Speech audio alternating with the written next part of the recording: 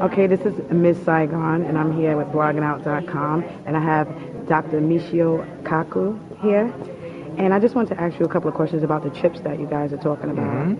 And do you think that it would make everyone lazy now? You have these chips that are just doing things, like you said, blink your eye. Actors and actresses will already know what to say. How would people become now? Well, when we have the internet in our contact lens, we'll be able to recognize people's faces. So we'll always know at a cocktail party who to suck up to, who are the important people. We'll have their biographies right in our contact lens. And if they speak Chinese, German, or Swedish, we'll see translations of them. And so some people think we'll get lazy, like college students studying for final exams. How do they study? They blink.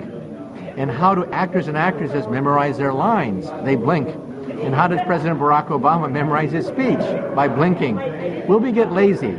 Yes, but I don't think so. Because realize that 100 years ago, in school, people had to memorize all these useless facts and figures about geometry and history. Useless.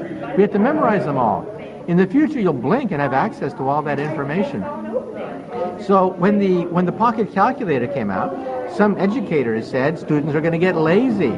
But no.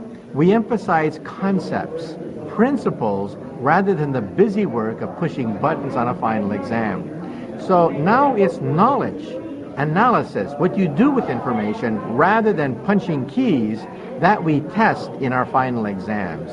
And so, yes, we will have all the amino acids and sines and cosines inside our contact lens in the future, but you will have to know how to use these sines and cosines, how to use the concepts, and that's what we will test on final exams. What about the pricing of it? Not actual pricing, but like, will people like me get to have these chips, or would it just be for people who have the money to get it, or people who know about it to get it? Well, originally people talked about the digital divide, the digital rich and the digital poor. No one talks about that anymore because it's obvious that chips are getting cheaper and cheaper, and it's kids, it's junior high school kids that are driving this technology. If you're a kid in America and you're not online, you don't exist. You do not exist as a kid in America unless you are online. And even in the third world now, in the third world, well-meaning people talk about the $100 laptop.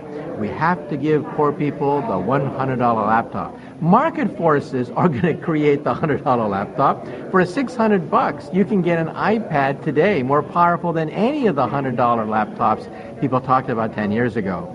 So market forces alone are driving down the cost of this technology. Now, initially, when we have internet contact lenses, they're going to be expensive.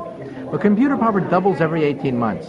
And that means with time, everyone will have access to this technology. So no one talks about the digital divide anymore. The real problem, however, is jobs. That's going to be the real problem, not the digital divide. Thank you very much. It's been a pleasure. Okay.